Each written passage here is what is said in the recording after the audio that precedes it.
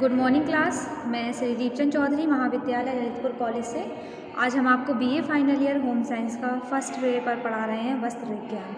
इसमें आज का हमारी हेडिंग रहेगी कपास की विशेषताएं। हम आपको पिछली वीडियो में कपास के बारे में बता रहे थे, कपास क्या होता है, उसका प्रयोग किस तरीके से किया जाता है, कपास के रेशे को हम किस तरीके से सूत से वस्त्र में बदल सकते हैं। इस सब के बारे में मैंने आपको बता दिया था। आज हम जान लेते हैं कपास में क्या क्या विशेषताएं होती हैं। तो कपास की जो विशेषताएं हैं वो दो प्रकार की होती हैं, जैसा कि आप बोर्ड पे देख रहे हैं। साइड में लिखा हुआ है भौतिक विशेषताएं और दूसरी तरफ लिखा हुआ है रासायनिक विशेषताएं। तो सबसे पहले हम जान लेते हैं भौतिक विशेषताओं के बारे में। तो कपास का रेशा, जिसको कहते हैं फिजिकल प्रॉपर्टीज़, तो कपास का रेशा सभी वस्त्र उपयोगी रेशों की अपेक्षा छोटा होता है। इसकी लंबाई 2 सेंटीमीटर से 3 सेंटीमीटर तक होती है। सूती वस्त्रों की खुरदरी सतह होने का कारण रेशों का छोटापन होता है। चिकनाहट और चमक की कमी का भी यही कारण होता है। जो सूती कपास के रेशे होते हैं वो अन्य रेशों की अपेक्षा बहुत छोटे होते हैं, उनकी लंबाई भी छोटी होती है। जो सूती वस्त्र होते हैं उनमें खुरदरापन इसलिए पाया जाता है क्योंकि उनके रेशे छोटे छोटे होते हैं, इसी कारण ये चमकहीन भी होते हैं। रुई रेशम के समान चमकदार नहीं होती। कपास में लिनन की सी चमक तथा चिकनापन नहीं होता। कपास रेशम या ऊन से अधिक भारी तथा कम लचीला होता है। सूती वस्त्र बहुत जल्दी आग पकड़ लेता है, जल्दी गंदा हो जाता है और उसमें शीघ्र ही फफूंदी लग जाती है। मर्सराइज्ड सूती कपड़ा, जिस पर विशेष रासायनिक क्रियाओं द्वारा रेशमी चमक लाई गई हो, वह अधिक मजबूत तथा चमकदार होता है तथा इसी कारण साधारण सूती वस्त्र जल्दी गंदे नहीं होता। अब इसमें फर्स्ट हेडिंग जो हमारी है भौतिक विशेषताओं में, वो है रचना व रूप के बारे में बताऊंगी मैं आपको। तो अणुवीक्षण यंत्र द्वारा देखने से ऐसा महसूस होता है कि कपास का रेशा चपटा, घुमावदार, बल खाए हुए फीते के समान रहता है। जब यह कच्चा होता है तो बनावट इसकी नली के समान होती है। नली में रस भरा रहता है। जब यह पक जाता है तो उसका रस सूख जाता है और नली खत्म हो जाती है तथा तंतु फीते के समान दिखाई देता है। इसी कारण रुई के रेशे में ना चमक होती है और ना ही लचक होती है। सेकेंड हेडिंग जो हमारी इसमें वो है संगठन। तो कपास का रेशा सेल्यूलोज का बना होता है। सेल्यूलोज का फॉर्मूला C6H = 10 O = 5 N होता है, यानी कपास के एक अणु में 6 अणु कार्बन, 10 अणु हाइड्रोजन तथा 5 अणु ऑक्सीजन होते हैं।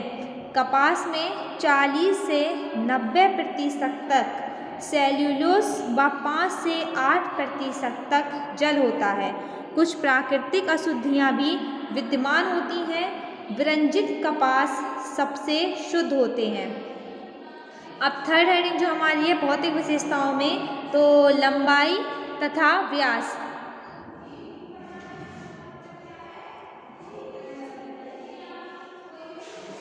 लंबाई तथा व्यास के बारे में बताती हूँ। तो कपास के रेशे की जो लंबाई होती है वो 2 से 3 सेंटीमीटर होती है। साधारणतः लंबे कोए वाली कपास का व्यास अत्यधिक सुंदर होता है और रेशों के व्यास में 12 से 20 माइक्रोन की विभिन्नता पाई जाती है। 1 माइक्रोन बराबर 1 मिलीलीटर, यानी 1000।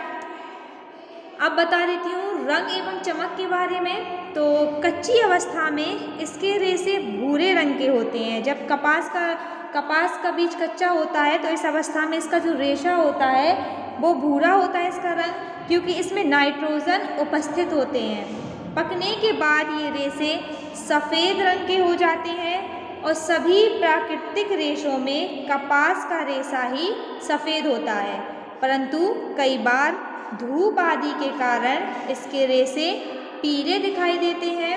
ब्लीचिंग आदि करने से इसकी सफ़ेदी अत्यधिक बढ़ जाती है। जो कपास के रेशे में प्राकृतिक चमक नहीं होती जिसके कारण इससे बने वस्त्र मालिन एवं मंदरूप डल के होते हैं। कृत्रिम विधि मर्सराइजिंग प्रक्रिया के द्वारा इनमें चमक लाई जाती है, अतः मर्सराइज्ड सूती वस्त्रों में रेशम के समान चमक आ जाती है। नेक्स्ट जो हेडिंग है, फिफ्थ हेडिंग हमारी, वो है भौतिक विशेषताओं में स्वच्छता, क्लीनिंग।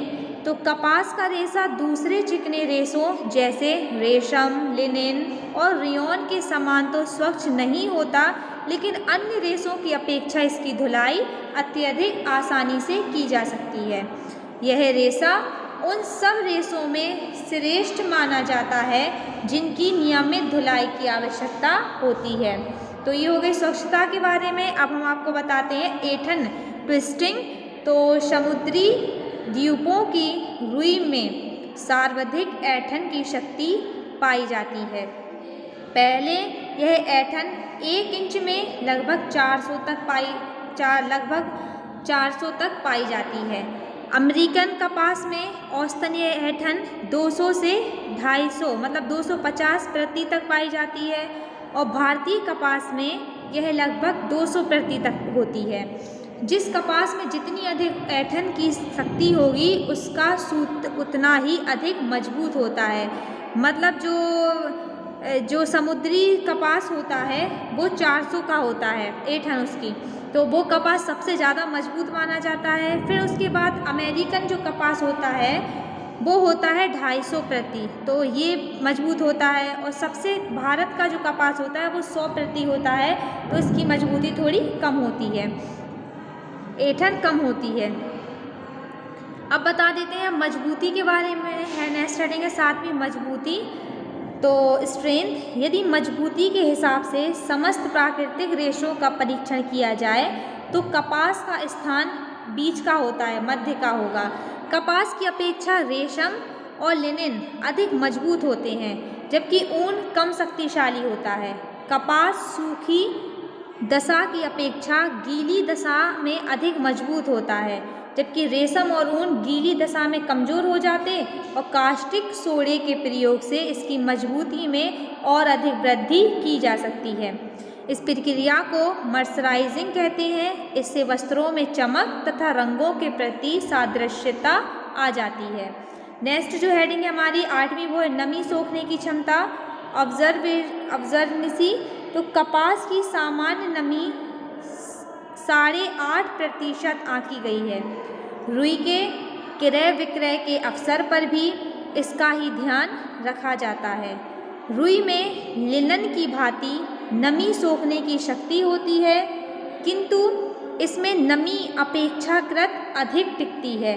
शुद्ध और ब्लीच की हुई शोषक रुई में अपने भार से 15 से 20 गुना नमी सोखने की शक्ति होनी चाहिए। तो ये हो गए हमारे नमी सोखने के बारे में। अब हम आपको बताते हैं प्रकाश का प्रभाव, इफेक्ट ऑफ लाइट के बारे में। तो कपास का रेशा लगातार सूर्य प्रकाश में रहने पर निर्बल पड़ने लगता है। कुछ समय बाद इस पर पीलापन भी आने लगता है। अब लास्ट हेडिंग जो है हमारी इसमें वो है सफाई एवं धुलाई के बारे में। तो सफाई एवं धुलाई, क्लीनिंग। अत्यंत छोटे रेशों से बने रहने के कारण सूती वस्त्रों की सतह खुरदरी होती है। धूल के कारण कण इसमें आसानी से फंस जाते हैं तथा वस्त्र को जल्द से गंदा कर देते हैं, लेकिन इन्हें धोना आसान होता है। इन्हें कितना भी रगड़ें, पटके, पीटा जाए, लेकिन यह इन सबसे प्रभावित नहीं होता। इन्हें किसी भी प्रकार के रास्ते एवं सख्त साबुन से धोया जा सकता है। इन्हें साफ तथा विसंक्रमित करने की किसी भी विधि से निर्भय होकर उबाला जा सकता है बिना किसी डर के, क्योंकि ये रेशा बहुत ही ज़्यादा मजबूत होता है। इसी कारण इन्हें स्वास्थ्यकर वस्त्र माना जाता है, हाइजीनिक मटेरियल। तो ये हो गई हमारी भौतिक विशेषताएं। अब आप साइड में देख रहे हैं जो लिखी हमारी रासायनिक विशेषताओं के बारे में मैं आपको बताती हूँ, केमिकल प्रॉपर्टीज़। तो सबसे पहले इसमें जो हेडिंग है वो है तेजाब का प्रभाव, इफेक्ट ऑफ एसिड। तो कपास में कार्बन, हाइड्रोजन एवं ऑक्सीजन पाया जाता है। कपास पर धातु के तेजाब के घोल की शीघ्र प्रतिक्रिया होते ही, किंतु कार्बन युक्त तेजाब से प्रतिक्रिया उतनी अधिक नहीं होती है। कपास के रेशों में रासायनिक प्रक्रिया द्वारा नए तत्व समाविष्ट किए जा सकते हैं। गंधक के तेजाब से वस्त्र कड़ा तथा पारदर्शी हो जाता है। सेकेंड हेडिंग जो है वो है क्षार का प्रभाव। यदि हम कॉटन के वस्त्र पर, कपास के वस्त्र बने हुए वस्त्र पर गंधक का कोई तेजाब का प्रयोग कर दें तो तेजाब से वस्त्र कड़क हो जाता और पारदर्शी छन सा जाता है। अब क्षार का प्रभाव क्या होता है? Effect of alkali. तो क्षार का कपास के रेशे पर कोई बुरा प्रभाव नहीं होता एवं धुलाई में इसका प्रयोग किया जा सकता है। थर्ड हेडिंग जो है अम्ल का प्रभाव, इफेक्ट ऑफ एसिड। तो कपास का रेशा सानत्र अम्ल जैसे हाइड्रोक्लोरिक, सल्फ्यूरिक तथा नाइट्रिक से पूरी तरह नष्ट हो जाता है। नेक्स्ट फोर्थ हेडिंग है जीवाणु का प्रभाव, इफेक्ट ऑफ बैक्टीरिया। तो सूती वस्त्रों में कीड़ा नहीं लगते हैं कीड़े, किंतु फफूंदी अवश्य लग जाती है। फफूंदी इसमें आसानी से लग जाती है लेकिन कीड़े नहीं लगते। फफूंदी के जीवाणु उसी समय क्रियाशील होते हैं जब उनको पर्याप्त मात्रा में नमी, ताप तथा भोजन प्राप्त होता है। अतः यदि सूती कपड़ों का संग्रह करना हो तो माड़ी नहीं लगानी चाहिए। नेक्स्ट हेडिंग इसमें रंग का प्रभाव, इफेक्ट ऑफ कलर। तो सूती वस्त्रों पर रंग इतना शीघ्र नहीं चढ़ता जितना ऊनी या रेशमी पर चढ़ जाता है। पक्का रंग चढ़ाने के लिए इनमें नमक या फिटकरी मिलाते हैं। धोने में सूत का रंग प्रायः जल्दी निकल जाता है। तीखे और मुख्य रंग कपास को रंगने के लिए प्रयोग में लेने चाहिए। नेक्स्ट हेडिंग है इसकी ब्लीच का प्रभाव, effect of bleach.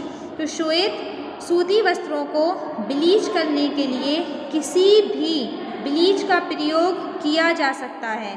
Sodium hydrochloride घरेलू ब्लीच के लिए सर्वोत्तम है ये। लास्ट हेडिंग है हमारी इसमें पसीने का प्रभाव, इफेक्ट ऑफ स्वीट। सूती वस्त्र बार बार पसीने के संपर्क में आकर कमज़ोर हो जाते हैं। यदि सूती वस्त्र पर बार बार पसीने का आ रहा है, दाग धब्बे लग रहे हैं, तो वो वस्त्र कमज़ोर पड़ने लगता है।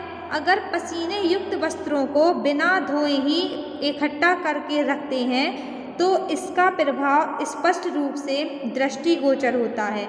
वहाँ से वस्त्र कड़क हो जाता है और रगड़ने के बाद जल्दी ही फट जाते हैं। इसलिए वस्त्र को इकट्ठा करने से पहले इन्हें अच्छी प्रकार से रगड़कर धो लेना चाहिए।